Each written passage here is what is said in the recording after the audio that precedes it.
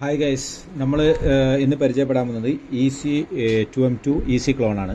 നമുക്ക് ഈസി ക്ലോണിങ്ങിൽ ഒരുപാട് അപ്ഡേഷൻ ഇപ്പോൾ പുതിയതായിട്ട് വന്നിട്ടുണ്ട്.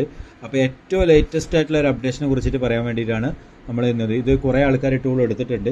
ഓൾറെഡി എടുത്ത ആൾക്കാർക്കെല്ലാം ഈ അപ്ഡേഷൻ ഇപ്പോൾ വന്നുകൊണ്ടിരിക്കും.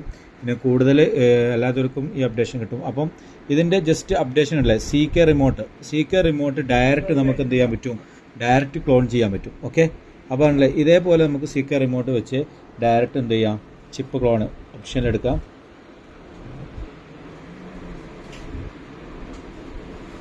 അല്ല, can be copied 47.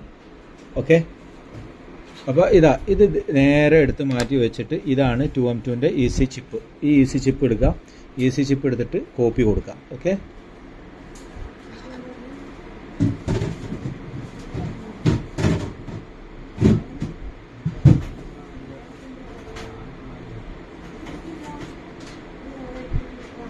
Copy success. Okay, അപ്പോൾ ആണല്ലേ ഇത്രയും സിമ്പിളായിട്ട് നമുക്ക് എന്ത് ചെയ്യാൻ പറ്റും, ചിപ്പ് കോപ്പി ചെയ്യാൻ പറ്റും. ഇപ്പോൾ ഇത് 47 ചിപ്പായി മാറി. അപ്പോൾ നിങ്ങൾക്ക് ഡൗട്ട് ഉണ്ടെന്നുണ്ടെങ്കിലല്ലേ ഈ ചിപ്പ് നമുക്കൊന്ന് റീഡ് ചെയ്ത് നോക്കാം.